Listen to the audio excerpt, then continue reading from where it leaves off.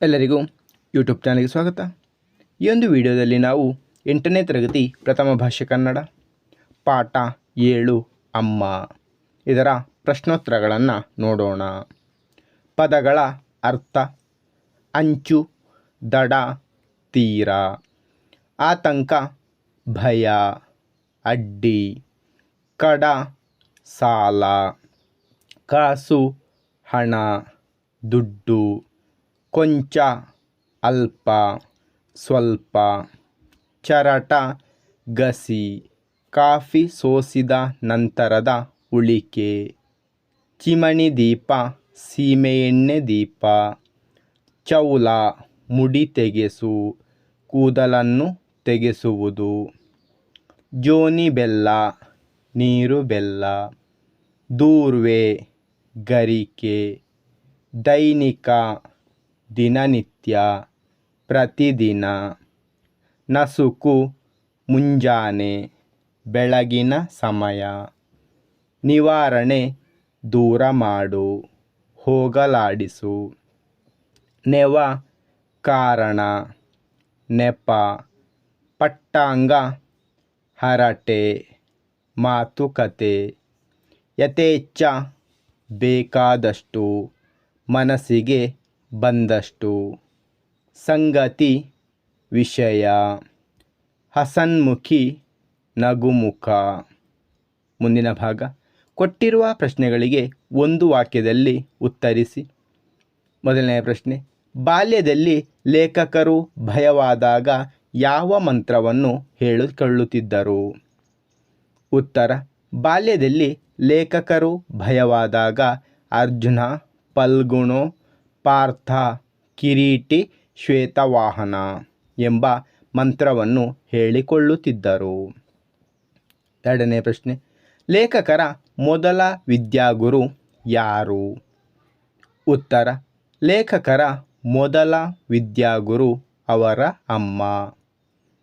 ಮೂರನೇ ಪ್ರಶ್ನೆ: ಸಣ್ಣ ಕುಳಿಯೊಳಗಿನ ಕಪ್ಪು ಹುಳವನ್ನು ಯಾವ ಹೆಸರಿನಿಂದ ಕರೆಯುತ್ತಾರೆ? ಉತ್ತರ: ಸಣ್ಣ ಕುಳಿಯೊಳಗಿನ ಕಪ್ಪು ಹುಳುವನ್ನು ತನ್ನಾದೇವಿ, ಗುಬ್ಬಿ ಎಂಬ ಹೆಸರಿನಿಂದ ಕರೆಯುತ್ತಾರೆ. ನಾಲ್ಕನೆಯ ಪ್ರಶ್ನೆ: ಲೇಖಕರ ಬಾಲ್ಯದ ಪುನರಾವರ್ತಿತ ದೈನಿಕ ಯಾವುದಾಗಿತ್ತು? ಉತ್ತರ: ರಂಜದ ಹೂವನ್ನು ಬಾಳೆಯ ನಾರಿನಲ್ಲಿ ಪೋಣಿಸುತ್ತಾ, ಕೃಷ್ಣಪ್ಪಯ್ಯ ಮೇಷ್ಟ್ರಿಗಾಗಿ ಆತಂಕದಲ್ಲಿ ಕಾಯುತ್ತಾ, ಇವತ್ತು ಮೇಷ್ಟ್ರಿಗೆ ಜ್ವರ ಬರಲಿ ದೇವರೇ ಎಂದು ಮನಸ್ಸಲ್ಲೇ ಪ್ರಾರ್ಥಿಸುತ್ತಾ ಇರುವುದೇ ಲೇಖಕರ ಬಾಲ್ಯದ ಪುನರಾವರ್ತಿತ ದೈನಿಕವಾಗಿತ್ತು. ಐದನೇ ಪ್ರಶ್ನೆ: ತಿಂಗಳಿಗೊಮ್ಮೆ ಕಾಫಿ ಬೀಜವನ್ನು ತಂದು ಕೊಡುತ್ತಿದ್ದವರು ಯಾರು? ಉತ್ತರ: ತಿಂಗಳಿಗೊಮ್ಮೆ ಕಾಫಿ ಬೀಜವನ್ನು ಬ್ಯಾರಿಯೊಬ್ಬರು ತಂದು ಕೊಡುತ್ತಿದ್ದರು. ಮುಂದಿನ ಭಾಗ: ಕೊಟ್ಟಿರುವ ಪ್ರಶ್ನೆಗಳಿಗೆ 2-3 ವಾಕ್ಯಗಳಲ್ಲಿ ಉತ್ತರಿಸಿ. ಮೊದಲನೆಯ ಪ್ರಶ್ನೆ: ಲೇಖಕರ ಅಕ್ಷರಾಭ್ಯಾಸ ಆರಂಭವಾದದ್ದು ಹೇಗೆ? ಉತ್ತರ: ಹಬ್ಬದ ದಿನ ಅದು. ಸರಸ್ವತಿ ನಮಸ್ತುಭ್ಯಂ ವರದೆ ಕಾಮರೂಪಿಣಿ ವಿದ್ಯಾರಂಭ ಕರಿಷ್ಯಾಮಿ ಸಿದ್ಧಿರ್ಭವತು ಮೇ ಸದಾ ಎಂದು ಹೇಳಿ ಅಮ್ಮ ನೆಲದಲ್ಲಿ ಮರಳು ಹರಡಿ ಕೂರಿಸಿ ಅವರ ಬೆರಳನ್ನು ಹಿಡಿದುಕೊಂಡು ಆ ಎಂಬ ಅಕ್ಷರವನ್ನು ಬರೆಸಿದಳು. ಹೀಗೆ ಲೇಖಕರ ಅಕ್ಷರಾಭ್ಯಾಸ ಆರಂಭವಾಯಿತು. ಎರಡನೇ ಪ್ರಶ್ನೆ: ಮಳೆಗಾಲದ ಆರಂಭಕ್ಕೆ ಮುನ್ನ ಮಲೆನಾಡಿನಲ್ಲಿ ಏನೆಲ್ಲ ಸಿದ್ಧತೆಗಳನ್ನು ಮಾಡಿಕೊಳ್ಳಬೇಕಿತ್ತು? ಉತ್ತರ: ಮಳೆಗಾಲದ ಆರಂಭಕ್ಕೆ ಮುನ್ನ ಮಲೆನಾಡಿನಲ್ಲಿ ಒಣಸೌದೆ, ಅಕ್ಕಿ, ಬೇಳೆ, ಜೋನಿ ಬೆಲ್ಲವನ್ನು ಸಂಗ್ರಹಿಸಿಡಬೇಕಿತ್ತು. ಮುಂದಿನ ಪ್ರಶ್ನೆ: ನಸುಕಿನಲ್ಲಿ ಲೇಖಕರಿಗೆ ಖುಷಿ ಕೊಡುತ್ತಿದ್ದ ಸಂಗತಿಗಳಾವುವು? ಉತ್ತರ: ನಸುಕಿನಲ್ಲಿ ಎದ್ದು ಮನೆಯೆದುರು ಅರಣ್ಯದ ಅಂಚಿನಲ್ಲಿ ಇದ್ದ ರಂಜದ ಮರವೊಂದರಿಂದ ನೆಲದ ಮೇಲೆ ಚೆಲ್ಲುತ್ತಿದ್ದ ನಕ್ಷತ್ರದ ಆಕಾರದ ರಂಜದ ಹೂಗಳನ್ನು ಆರಿಸುವುದು, ದೂರ್ವೆಯನ್ನು ಹುಲ್ಲಲ್ಲಿ ಕಿತ್ತು ತರುವುದು. ಕೇದಗೆ ಅರಳಿದೆಯೇ ಮರದ ಮೇಲಿನ ಗೂಡಲ್ಲಿ ಮೊಟ್ಟೆ ಮರಿಯಾಯಿತೆ ಎಂದು ಬಿದಿರಿನ ಸಂದಿಯಿಂದ ನಿತ್ಯ ನೋಡುವುದು ಲೇಖಕರಿಗೆ ಖುಷಿಯ ಸಂಗತಿಗಳು. ಮುಂದಿನ ಪ್ರಶ್ನೆ, ವಿಶೇಷ ಪದಾರ್ಥಗಳನ್ನು ಕಡವಾಗಿ ಪಡೆಯುತ್ತಿದ್ದ ಹಾಗೂ ತೀರಿಸುತ್ತಿದ್ದ ಬಗೆ ಹೇಗೆ? ಉತ್ತರ, ವಿಶೇಷ ಪದಾರ್ಥಗಳೆಲ್ಲವನ್ನು ಕಡವಾಗಿ ಅವರು ಪಡೆಯುತ್ತಿದ್ದುದು ವರ್ಷಕ್ಕೊಮ್ಮೆ. ಅಂದರೆ ದೀಪಾವಳಿಯಿಂದ ಇನ್ನೊಂದು ದೀಪಾವಳಿಗೆ, ಯುಗಾದಿಯಿಂದ ಇನ್ನೊಂದು ಯುಗಾದಿಗೆ, ಗೌರಿ ಹಬ್ಬದಿಂದ ಇನ್ನೊಂದು ಗೌರಿ ಹಬ್ಬದವರೆಗೆ ಈ ಕಡದ ಅವಧಿ. ಅವರು ಬೆಳೆದ ಅಡಿಕೆಯನ್ನೋ ಭತ್ತವನ್ನೋ ಬದಲಿಗೆ ಕೊಟ್ಟು ಕಡವನ್ನು ತೀರಿಸುತ್ತಿದ್ದರು. ಮುಂದಿನ ಭಾಗ, ಕೊಟ್ಟಿರುವ ಪ್ರಶ್ನೆಗಳಿಗೆ 5-6 ವಾಕ್ಯಗಳಲ್ಲಿ ಉತ್ತರಿಸಿ. ಮೊದಲನೆಯ ಪ್ರಶ್ನೆ, ಮಲೆನಾಡಿನಲ್ಲಿ ಹುಲಿಗಳಿಂದಾಗುತ್ತಿದ್ದ ತೊಂದರೆಯ ಬಗ್ಗೆ ಹೇಗೆ ವರ್ಣಿಸಲಾಗಿದೆ? ಉತ್ತರ, ಮಲೆನಾಡಿನಲ್ಲಿ ಹುಲಿ ಕಾಟ ಬಹಳ ಇತ್ತು. ಹುಲಿಗಳ ಶಬ್ದಕ್ಕೆ ತುಂಬ ಸೂಕ್ಷ್ಮವಾಗಿದ್ದ ಜೀವಿಗಳೆಂದರೆ ಕೊಟ್ಟಿಗೆಯ ದನಗಳು. ಅವು ಗಡಗಡ ನಡುಗಲು ಶುರು ಮಾಡುತ್ತಿದ್ದವು. ಎಲ್ಲಿ ಹುಲಿ ನಮ್ಮ ಕೊಟ್ಟಿಗೆಗೂ ನುಗ್ಗಿಬಿಡುತ್ತದೆಯೋ ಎಂದು ಚಿಮಣಿ ದೀಪದ ಬೆಳಕಿನಲ್ಲಿ ಒಳಗಡೆ ಕೂತು ಹೆದರಿಕೊಳ್ಳುತ್ತಿದ್ದರು. ಮನೆಯಲ್ಲಿ ಹಿರಿಯರೆನಿಸಿಕೊಂಡವರು ರಾತ್ರಿಯೆಲ್ಲ ನಿದ್ದೆಗೆಟ್ಟು ಬೆಳಕಾಗುತ್ತಲೇ ಎದ್ದು ಕೊಟ್ಟಿಗೆಯಲ್ಲಿ ಎಲ್ಲ ದನಗಳು ಇವೆ ಎಂದು ಗೊತ್ತಾದಾಗ ಮನಸ್ಸಿಗೆ ಸಮಾಧಾನ ತಂದುಕೊಳ್ಳುತ್ತಿದ್ದರು. ಎರಡನೇ ಪ್ರಶ್ನೆ, ಒರಿಜಿನಲ್ ಹಾಗೂ ಚರಟದ ಕಾಫಿಯನ್ನು ಸಿದ್ಧಗೊಳಿಸುತ್ತಿದ್ದ ಬಗೆಯನ್ನು ವಿವರಿಸಿ. ಉತ್ತರ, ಕಾಫಿ ಬೀಜವನ್ನು ಆಗಲೇ ಹುರಿದು ಆಗಲೇ ಪುಡಿ ಮಾಡಿ ಆಗಲೇ ಕುದಿಯುವ ನೀರಿಗೆ ಬೆರೆಸಿ ಮುಚ್ಚಿಟ್ಟು ಅದರ ಗಸಿ ಇಳಿಯುವಷ್ಟು ಹೊತ್ತು ಕಾದು ಅದಕ್ಕಾಗಿ ಇದ್ದ ಬಟ್ಟೆಗೆ ಸುರಿದು ಹಿಂಡಿ ಡಿಕಾಕ್ಷನ್ ಇಳಿಯುವಾಗ ಕಳೆದುಕೊಂಡ ಉಷ್ಣಾಂಶವನ್ನು ಬಿಸಿ ಬಿಸಿ ಎಮ್ಮೆ ಹಾಲು ಬೆರೆಸಿ ಹದ ಮಾಡಿ ಕಾಫಿ ಮಾಡುವುದು ಒರಿಜಿನಲ್ ಕಾಫಿ ಮಾಡುವ ವಿಧಾನವಾಗಿತ್ತು. ನಿತ್ಯ ಒರಿಜಿನಲ್ ಕಾಫಿಯ ಘಮಘಮದ ವಾಸನೆಯನ್ನು ಕೊಂಚವಾದರೂ ಉಳಿಸಿಕೊಂಡ ಕಾಫಿಯೇ ಚರಟದ ಕಾಫಿಯಾಗಿತ್ತು. ಮುಂದಿನ ಭಾಗ, ಸಂದರ್ಭ ಸಹಿತ ಸ್ವಾರಸ್ಯವನ್ನು ವಿವರಿಸಿ. ಸರಸ್ವತಿ ನಮಸ್ತುಭ್ಯಂ ವರದೆ ಕಾಮರೂಪಿಣಿ. ಆಯ್ಕೆ, ಪ್ರಸ್ತುತ ವಾಕ್ಯವನ್ನು ಯು.ಆರ್. ಅನಂತಮೂರ್ತಿ ಅವರ ಸುರಗಿ ಎಂಬ ಆತ್ಮಕಥನದಿಂದ ಆರಿಸಿಕೊಳ್ಳಲಾದ ಅಮ್ಮ ಎಂಬ ಗದ್ಯಪಾಠದಿಂದ ಆರಿಸಲಾಗಿದೆ. ಸಂದರ್ಭ, ಲೇಖಕರು ತಮಗೆ ಅಕ್ಷರಾಭ್ಯಾಸ ಮಾಡಿಸಿದ ತಾಯಿಯ ಬಗ್ಗೆ ವರ್ಣಿಸುವ ಸಂದರ್ಭದಲ್ಲಿ ಈ ಮೇಲಿನ ಮಾತು ಬಂದಿದೆ. ಸ್ವಾರಸ್ಯ, ಲೇಖಕರ ತಾಯಿ ತನ್ನ ಮಗನ ವಿದ್ಯಾಭ್ಯಾಸಕ್ಕೆ ಸರಸ್ವತಿ ದೇವಿಯನ್ನು ವಂದಿಸುವುದರ ಮೂಲಕ ಭಕ್ತಿ ಭಾವವನ್ನು ವ್ಯಕ್ತಪಡಿಸುವುದು ಸ್ವಾರಸ್ಯಕರವಾಗಿದೆ. ಎರಡನೆಯ ಪ್ರಶ್ನೆ, ನನಗೂ ಹೆಣ್ಣು ಮಕ್ಕಳಂತೆ ಉದ್ದ ಕೂದಲಿತ್ತು. ಆಯ್ಕೆ, ಪ್ರಸ್ತುತ ವಾಕ್ಯವನ್ನು ಯು.ಆರ್. ಅನಂತಮೂರ್ತಿ ಅವರ ಸುರಗಿ ಎಂಬ ಆತ್ಮಕಥನದಿಂದ ಆರಿಸಿಕೊಳ್ಳಲಾದ ಅಮ್ಮ ಎಂಬ ಗದ್ಯಪಾಠದಿಂದ ಆರಿಸಲಾಗಿದೆ.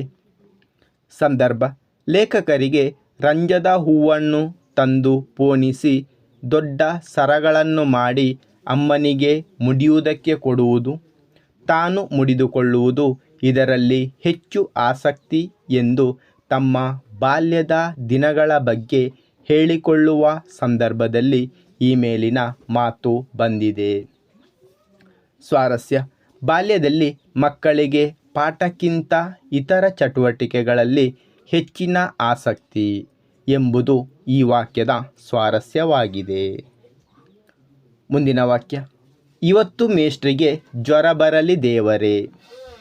ಆಯ್ಕೆ, ಪ್ರಸ್ತುತ ವಾಕ್ಯವನ್ನು ಯು.ಆರ್. ಅನಂತಮೂರ್ತಿ ಅವರ ಸುರಗಿ ಎಂಬ ಆತ್ಮಕಥನದಿಂದ ಆರಿಸಿಕೊಳ್ಳಲಾದ ಅಮ್ಮ ಎಂಬ ಗದ್ಯಪಾಠದಿಂದ ಆರಿಸಲಾಗಿದೆ.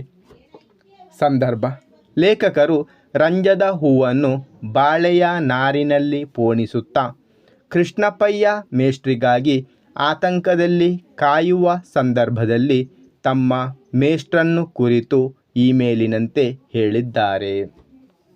ಸ್ವಾರಸ್ಯ: ಬಾಲ್ಯದಲ್ಲಿ ಮಕ್ಕಳಿಗೆ ಶಿಕ್ಷಕರ ಮೇಲೆ ಇರುವ ಭಯವನ್ನು ಸ್ವಾರಸ್ಯಕರವಾಗಿ ಚಿತ್ರಿಸಲಾಗಿದೆ. 4ನೇ ವಾಕ್ಯ: ನನಗೂ ಎಲ್ಲೋ ಒಂದೊಂದು ಸಾರಿ ಈ ಕಾಫಿಯ ಪುಣ್ಯ ಸಿಗುತ್ತಿತ್ತು. ಆಯ್ಕೆ: ಪ್ರಸ್ತುತ ವಾಕ್ಯವನ್ನು ಯು ಆರ್ ಅನಂತಮೂರ್ತಿ ಅವರ ಸುರಗಿ ಎಂಬ ಆತ್ಮಕಥನದಿಂದ ಆರಿಸಿಕೊಳ್ಳಲಾದ ಅಮ್ಮ ಎಂಬ ಗದ್ಯಪಾಠದಿಂದ ಆರಿಸಲಾಗಿದೆ. ಸಂದರ್ಭ: ಮನೆಯಲ್ಲಿ ಅಜ್ಜಯ್ಯನಿಗೆ ಹಾಗೂ ಅತಿಥಿಗಳಿಗೆ ಮಾತ್ರ ಒರಿಜಿನಲ್ ಕಾಫಿ ಸಿಗುತ್ತಿತ್ತು. ಆದರೆ ಅಪರೂಪಕ್ಕೊಮ್ಮೆ ಲೇಖಕಿಗೆ ಮತ್ತು ಇತರ ಮಕ್ಕಳಿಗೆ ಒರಿಜಿನಲ್ ಕಾಫಿ ಸಿಗುತ್ತಿತ್ತು ಎಂದು ಹೇಳುವ ಸಂದರ್ಭದಲ್ಲಿ ಈ ಮೇಲಿನ ಮಾತು ಬಂದಿದೆ. ಸ್ವಾರಸ್ಯ: ಬಡತನದ ಕಾರಣದಿಂದಾಗಿ ಮನೆ ಮಂದಿಗೆ ಚರಟದ ಕಾಫಿ ಸಿಗುತ್ತಿದ್ದ ಸಂದರ್ಭವನ್ನು ಸ್ವಾರಸ್ಯಕರವಾಗಿ ವಿವರಿಸಲಾಗಿದೆ. 5ನೇ ವಾಕ್ಯ: ನನಗೆ ಚರಟದಲ್ಲಿ ಕಾಫಿಯೋ. ಆಯ್ಕೆ: ಪ್ರಸ್ತುತ ವಾಕ್ಯವನ್ನು ಯು ಆರ್ ಅನಂತಮೂರ್ತಿ ಅವರ ಸುರಗಿ ಎಂಬ ಆತ್ಮಕಥನದಿಂದ ಆರಿಸಿಕೊಳ್ಳಲಾದ ಅಮ್ಮ ಎಂಬ ಗದ್ಯಪಾಠದಿಂದ ಆರಿಸಲಾಗಿದೆ.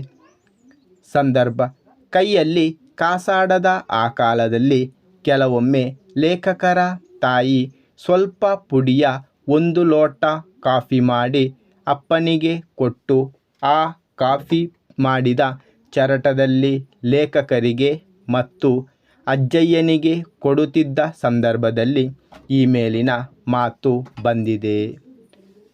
ಸ್ವಾರಸ್ಯ: ಸದಾ ಒರಿಜಿನಲ್ ಕಾಫಿ ಪುಡಿಯಿಂದ ಮಾಡಿದ ಕಾಫಿಯನ್ನೇ ಕುಡಿಯುತ್ತಿದ್ದ ಅಜ್ಜಯ್ಯನಿಗೆ ಗಸಿಯ ಕಾಫಿ ಕೊಟ್ಟಾಗ ಕೋಪ ಬಂದಿರುವುದು ಸ್ವಾರಸ್ಯಕರವಾಗಿದೆ. ಮುಂದಿನ ಭಾಗ: ಕೊಟ್ಟಿರುವ 4 ಉತ್ತರಗಳಲ್ಲಿ ಸರಿಯಾದ ಉತ್ತರವನ್ನು ಆರಿಸಿ ಬರೆಯಿರಿ. ಅಧಿಕೃತವಾಗಿ ಅನಂತಮೂರ್ತಿಯವರ ಮೊದಲ ಶಿಕ್ಷಕರು ಡ್ಯಾಶ್. ಆಯ್ಕೆಗಳು: ಕೃಷ್ಣಪ್ಪಯ್ಯ, ಅಮ್ಮ, ತಂದೆ, ಶೇಷಗಿರಿ. ಸರಿಯಾದ ಉತ್ತರ ಕೃಷ್ಣಪ್ಪಯ್ಯ. 2ನೇ ವಾಕ್ಯ: ಮಳೆಗಾಲದಲ್ಲಿ ಮಲೆನಾಡಿನಲ್ಲಿ ಯಥೇಚ್ಛವಾಗಿ ಸಿಗುತ್ತಿದ್ದ ಹಣ್ಣು ಡ್ಯಾಶ್. ಆಯ್ಕೆಗಳು: ಮಾವಿನ ಹಣ್ಣು, ಸೀಬೆಹಣ್ಣು, ಹಲಸಿನ ಹಣ್ಣು, ಬಾಳೆಹಣ್ಣು.